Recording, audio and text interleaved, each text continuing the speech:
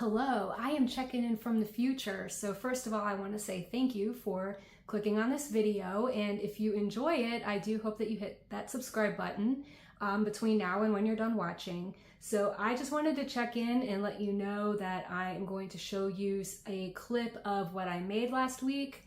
I'm going to show my market setup and tear down. Well, not really tear down, but what was left after my market on Sunday. And then a market recap, but I really hope you stick around because I have two really big announcements to share at the end of the video. All right, let's roll. I am jumping on to show you what I made this week. First is my contribution towards this week's crochet roulette, which the two wheel spins were brown and farm animal. And that was a great combination. And first I was thinking dog, but then horse. So here he is.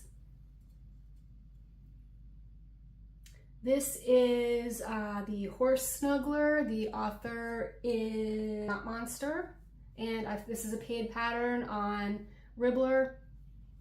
It does take a while. I find that any of these style plushies where they're flat and then you crochet the two sides together do take a little longer than they should. I did make it baby safe. With embroidered eyes, also because I was a little bit concerned with how thick it was going to be when I was making it, and I was not certain about pushing safety eyes through flat fabric, so I decided to embroider them. And then this is Michael's brand yarn in Petite Pearl, the loops and threads, and a 3.5 hook. This yarn is really thin. And the 3.5 hook worked really nicely with it. Next thing on the list were mochi axolotls, and I wanted to do 5, but I made 3. This is a free pattern on Ribbler by Crafty Cellist Creations. They're very, very easy and very quick, but I think that day after putting the gills on 3, I was just kind of over it, so I did not continue, but I think 3 are good for one market. I started this last week, last week? Was my market last week or 2 weeks ago? No, it was last weekend. I started freehanding this cute little bag. I love it. I just love these colors. So I finished it up over the weekend. That market was last Saturday. And I think I said in my last video that I wanted to make a small-ish octo but had like dangly tentacles, and I did, and it just totally was exactly what I had envisioned. I love it. Now there's really not that much to it, but I think I will put this on Instagram as a free pattern. It's just a circle. I did borrow the first couple of rounds from the Sweet Softies pattern. So I made 3, 2, 3. These tentacles do get tedious after a while, so after making 3, I was done. I was ready to move on to something else. And I said that I was going to make 5 bobas. I did. 1, 2, 3,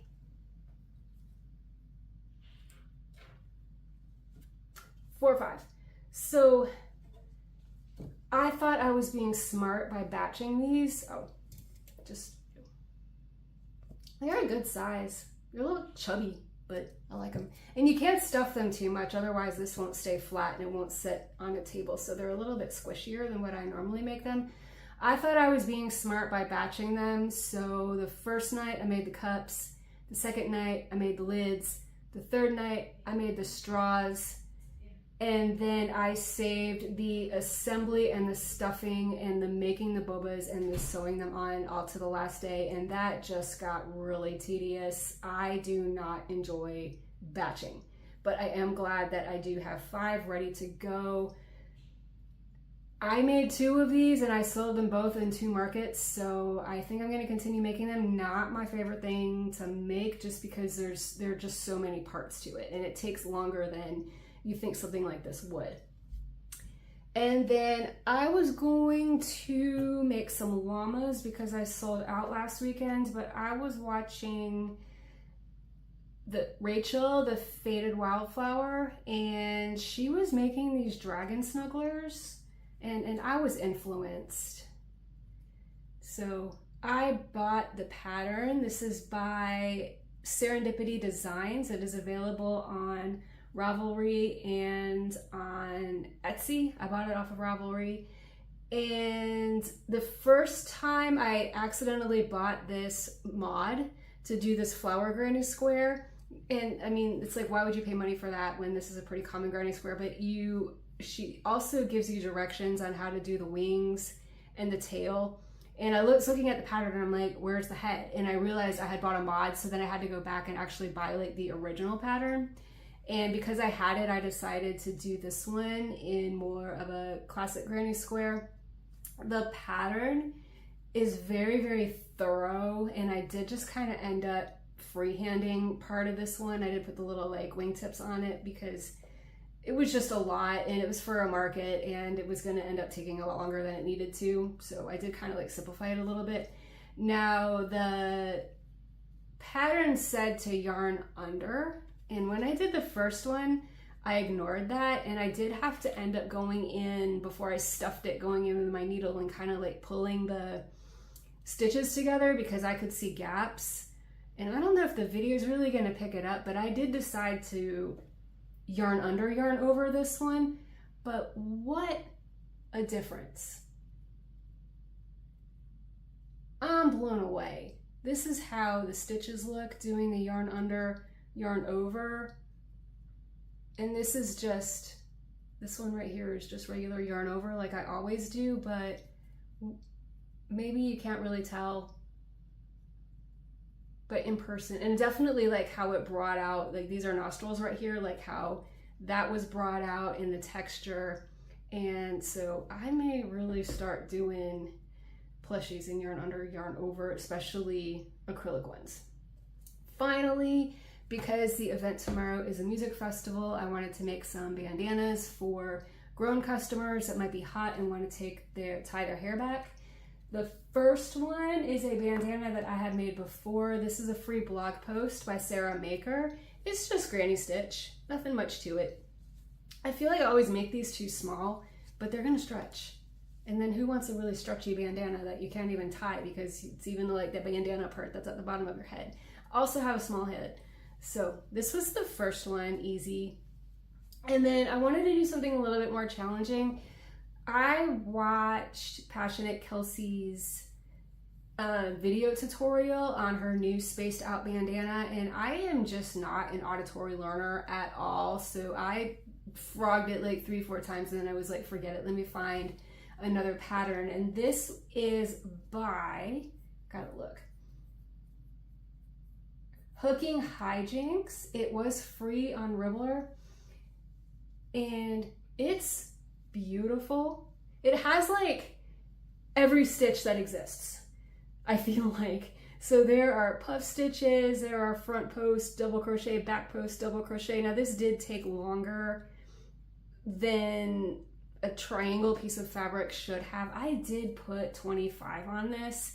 Even though, like, I looked at Passionate Kelsey's website, her bandanas, like, she's selling them for 18. But this is also at a music festival, so people might be willing to pay a little bit more money for things. And of course, I'm much slower than Kelsey, so I don't need to make as many dollars per hour as she does, but it's beautiful. I may still try to do that spaced out bandana because I think it's really cute, but I'm gonna have to write down the pattern as I hear it and then do it that way because I was just not being successful listening to it. So I will do the rest of this video probably on Monday. So see you later.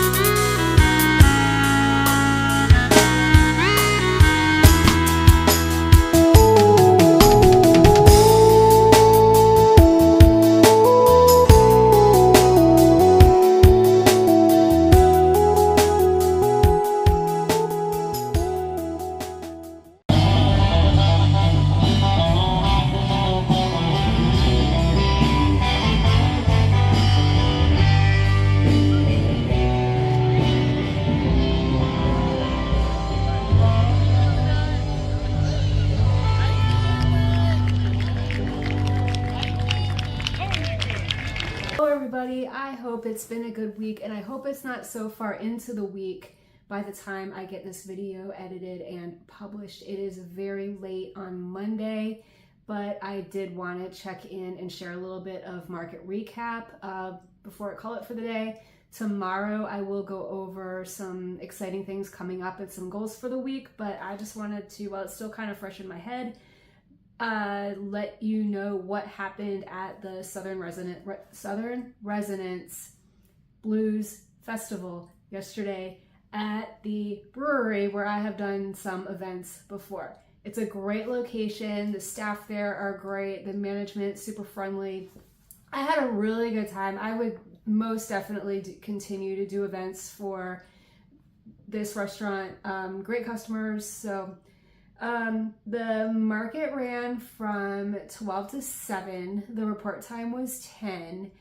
And now it seems like it was the festival, which was sponsored by the Charlotte Blues Society, was pretty much like putting on the event, not the brewery itself. So like the wait staff were like, yeah, we have no idea where you're going to set up. And the organizers were a little bit late, which was slightly annoying. But then again, you know, like I'm the guest. I'm the one that gets to set up and make money there. There were also a ton of volunteers from the Charlotte Blues Society, and they were very, very eager to help. So they were all about putting the tent up, setting up my tables, but they had never done that before. And 2 people picked up my sandbags by the strap. Them things heavy. You know what happened, right? Okay, yeah. So two of my sandbags are now missing a Velcro strap because people just picked it up by the strap instead of picking it up by the actual like sandbag because they weigh more than 20 pounds each. But anyway, they wanted to help. I could not possibly be mad at them. But at one point, like, okay, you put my tent up, and yes, you were very amazed by like putting, you know, click, click, click. Yes, that's very cool. That was quick. That was easy. They started unfolding my tables and stuff, and at one point I just had to be like, I have it from here, because I did not want 6 people helping me put the plushies and the bags out. So I think they kind of like got the point, got the hint after that. And I was pretty well set up by 11:30, so no complaints there. I had a really great corner spot, very close to the stage, but the way the music carried, I mean, it was loud, but it wasn't deafening. Like I wasn't hoping to put on some earplugs. I mean, sometimes it was a little bit hard to talk to customers, but I am not like struggling to hear today. It wasn't that loud. But it was totally like in my periphery, so I couldn't see the performances, but I had a really great time listening to live blues music all day. So, couple funny things about, not fun, well, there's a funny part to it, but just some interesting parts to this festival was it was free for people to attend. Excuse me. I talked loud all day yesterday. It was free to attend. And if you live in the Southern United States, you know exactly who I'm talking about. The event was sponsored by Bojangles. And if you don't live in the Southern United States, Bojangles is a fried chicken and biscuits fast food restaurant. It's delicious. Okay, I don't care who you are. It's delicious. Don't argue with me. So actually one of the best perks about being a vendor at this event was free Bojangles for the vendors. So I had a big old plate of mac and cheese and chicken tenders, which are not good for me because I'm diabetic, but I enjoyed it. And my first sale, I'm going to jump back to the Bojangles thing in a second. My first sale was at 12:44. I was getting a little bit nervous because it started at 12 and there really weren't a lot of people there. But then I was also thinking it's Sunday. People are probably just getting out of church. People probably don't show up to a music festival like the hour that it opens. But first sale was at 12:44 to maybe an 8-9-year-old boy with someone who must have been his grandma. He picked out a Squid Game soldier and he handed it over to me, and I'm like, this is an interesting choice. Do you like this show? And Grandma was like, Mama better not allow him to watch that. But he just loved the little squid guy and that his hood comes off. And I'm like, yeah, that doesn't happen on the show, but I did make it so that the hood comes off. And that was a quick sale. And so my second sale.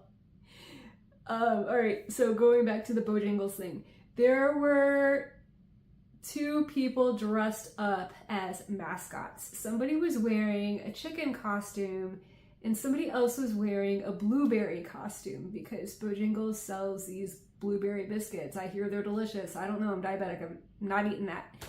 And so this blueberry is like walking around with the chicken. And I kind of flagged the blueberry over and I'm like, you gotta look at this. And I showed the blueberry, my blueberry keychain. And of course it was like a mascot, so they couldn't talk. And so the blueberry was all like, ah! And bought it, which I thought was great. And then maybe like an hour and a half later, the human that was inside that blueberry costume came back and was like, by the way, this is the second time I've been in your tent because I was the blueberry earlier. And I was like, that's very cool. Honestly, like 2 thumbs up to Bojangles for sending such enthusiastic people to be at an event that the restaurant is sponsoring, because they were fantastic and they were handing out all kinds of swag. And I have an uncle who lives in Connecticut who is obsessed with Bojangles, and so like our family reunion is in North Carolina, and whenever he comes down he's just like, oh, I get to have some Bojangles. And so I've got some I got like a Bojangles bucket hat and sunglasses and a can koozie, so I'm like pretty excited in 10 months to be able to give that to him. Anyway, my first sale was at $12.44, second one was at $12.47. I had some rockin' couple of hours here. Actually, no, not quite. It wasn't until $122 that I had the next sale, and that was 2 frogs out of my clearance bin. I just went and I'm clearancing out all my acrylic leggy frogs that are only, 2 inches. They don't move, but they do at $5. And I hear this from other YouTubers all the time. People love to dig and find a little $5, $6 treasure. So somebody bought 2 leggy frogs. My next sale was 15 minutes later at $137. Somebody finally bought my monkey that I've had since maybe May, June, and one of the octos that I made last week. 3 minutes later at $140, I sold my last 2 Pop-Tart keychains, so I'm going to be making some more really soon, and I sold my horse snuggler from Crochet Roulette this week. Gone at the debut market for a full $25. And I mean, it was not big. I remember holding my can up to it, and it wasn't that much taller than the can, but being that it's something that you make flat and you have to make 2 of everything or double the amount of everything, like I had to make like 4 feet, and just took a really long time. So I don't even think I really got a fair hourly wage charging $25 for it, but I also didn't think that I could get more than that for something that size. But 1 market and gone. Still got the koala, but the koala got a lot of attention. He's just hasn't quite found the perfect home for him. Another little bit of a lull there because that was at $140. Not until $212 I sold my second of 3 octos. 10 minutes later, an axolotl from the clearance bin, and then 10 minutes after that, my last octo. Why did I only make 3? I am definitely going to write up a pattern for y'all and put it out as a free pattern on Instagram. I'm not going to charge for it because it's so simple. I mean, it's an octo. It's a circle and curly things attached to it. It's not hard. So I might put it on Ribbler for $1 because Ribbler's kind of nice where you can mark off your rows, but I am promising that within the next 7 days there will be a free pattern for this really great octo that people went nuts over for free on Instagram. Promise. 10 minutes later, sold my Hello Kitty, need to make more, to a somewhere between toddler and kindergarten aged girl that I'm trying to ask, like, what's your favorite animal? And, oh, she said cat. And I said, well, I have these 2 love cats right here. And I also have a Hello Kitty. And I was thinking that she was just going to go nuts for the Hello Kitty. And mom or whoever the adult was with her said, yeah, she's not really into Hello Kitty yet. But as soon as I pulled that Hello Kitty off the table, that little girl grabbed it and was not letting go. So when Mom said, yeah, she's not really into Hello Kitty yet, and I'm like, yeah, sorry, I think I just changed that for her. That might have been a terrible thing to say, but the little girl loved it. Fewer than 10 minutes later, I sold a chicken and a giraffe that I haven't had that long. I did the giraffe for, was it Crochet or Collection? Where you have some, I mean, that was a free pattern, but I had it saved. And when I heard about the Crochet or Collection, I was like, I'm cheating because I already started on it. It was something in my collection that I wanted to do. Yeah, all right. It's a $38 sale for the giraffe and a chicken.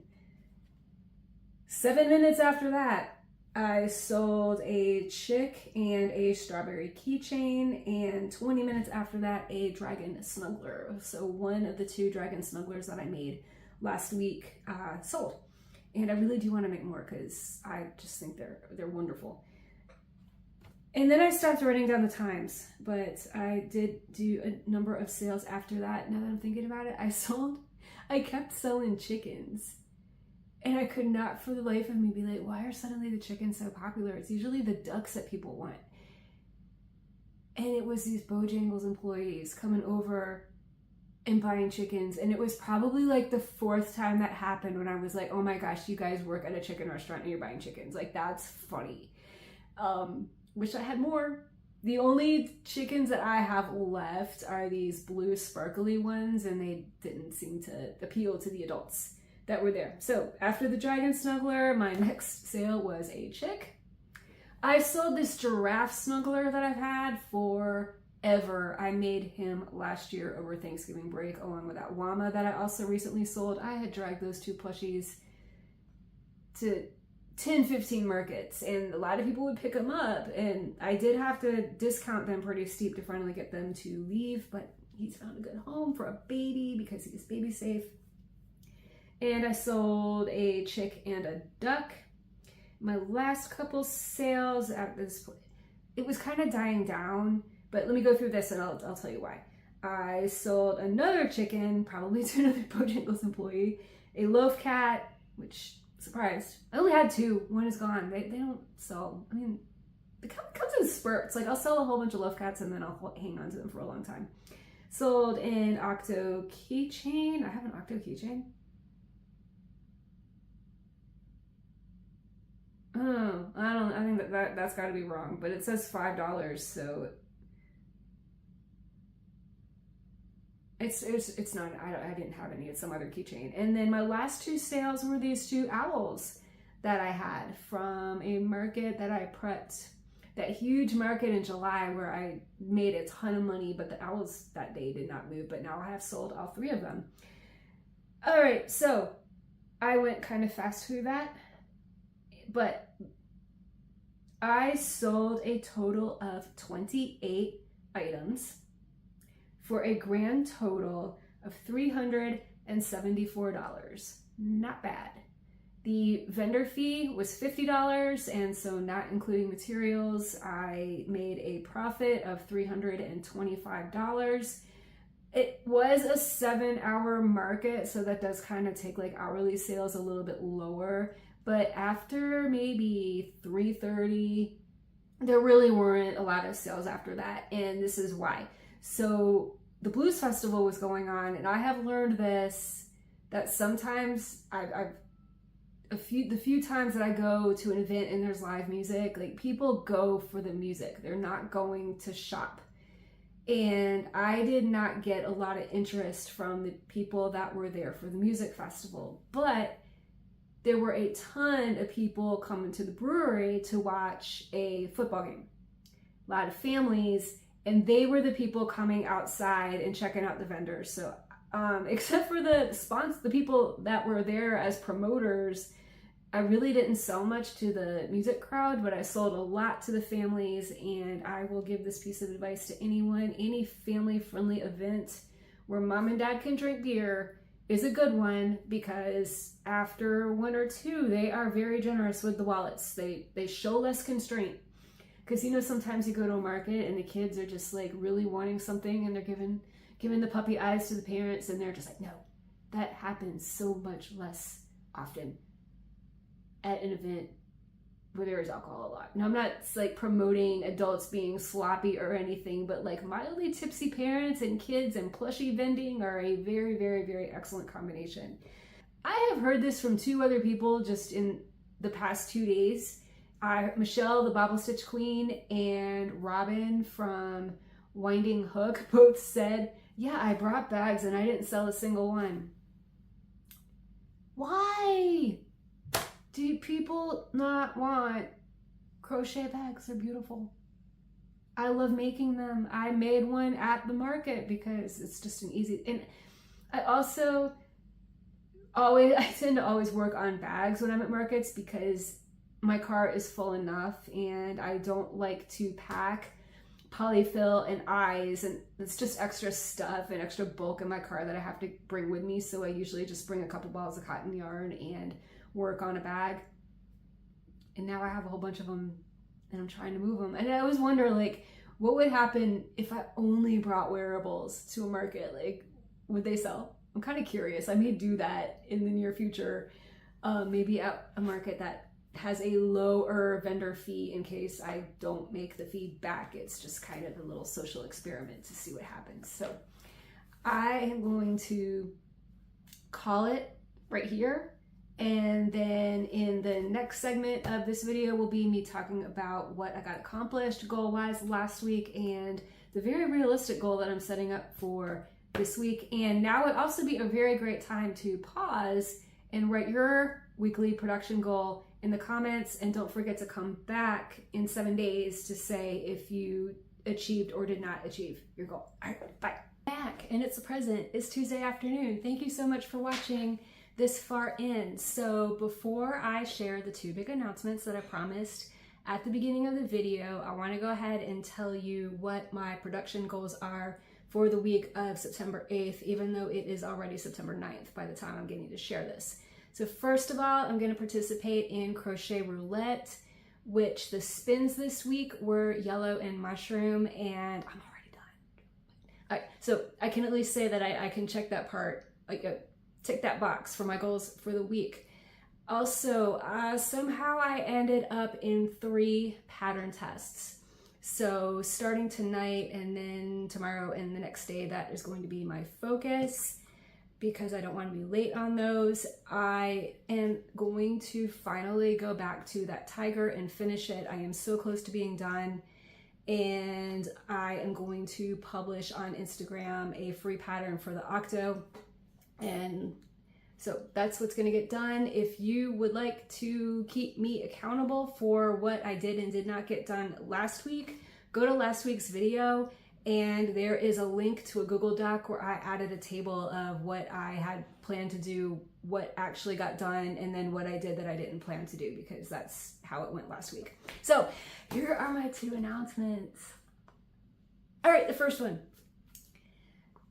There is a very, very, very popular market in a hip part of town near where I live. And the first time that I applied to that market, I was waitlisted. I went to check it out, and honestly, like, the social media advertising said, get there early so you can get a parking space. And I'm like, oh yeah, that's actually pretty good marketing. I did not get there early. And I ended up just turning around and going home because there was nowhere to park. But I did see, as I was trying to find a parking space, wall-to-wall people, not only that, wall-to-wall people carrying shopping bags. So, you know, I did apply, and I know it's expensive, and I was waitlisted, and then I got accepted for November. So I have a lot to learn. It's not a tent space, it's an umbrella space. And so on top of the $175 fee, I am gonna have to buy an umbrella, and I'm gonna have to figure out how to do a table. I really wanna get a vinyl banner. I've been putting that off for the longest time because, well, first I said, like, once I get a YouTube channel going, then I'll get a banner and I'll have the link on it. But now I'm like, once I get an online store going, then I'll get the vinyl banner, because I don't want to buy it and then have like new information and regret having bought it printed the way that it was. I just kind of want to be like fully arrived as a small business owner, and I'm close but not quite there yet, so I'm gonna have to buy that. I did just read my email. There are links to exactly what kind of umbrella and what kind of equipment I need to get, so it's going to be a big investment. And right now it's the first full week, actually today's September 9th, and that is almost 2 months to get ready. And I do know that there is potential to really earn a lot of money at this market, and it's not YouTube reading my mind. I understand that YouTube is Google, and in my Gmail there are mentions of this market, and then when I opened up YouTube the other day, there were other people showing their market recaps from that market. That is not them reading my mind. I get it. It's them reading my email. So, but it was helpful to see those videos, and people are doing really well. So I was thinking, okay, I am going to go all in. After I decided I was going to do it, at first I was like, I don't know, should I do this? Kind of scary. And I was like, you know what? I'm going all in. I'm not going to do a single market until then, and I'm just going to focus. I'm going to really like narrow in on exactly what I'm going to bring.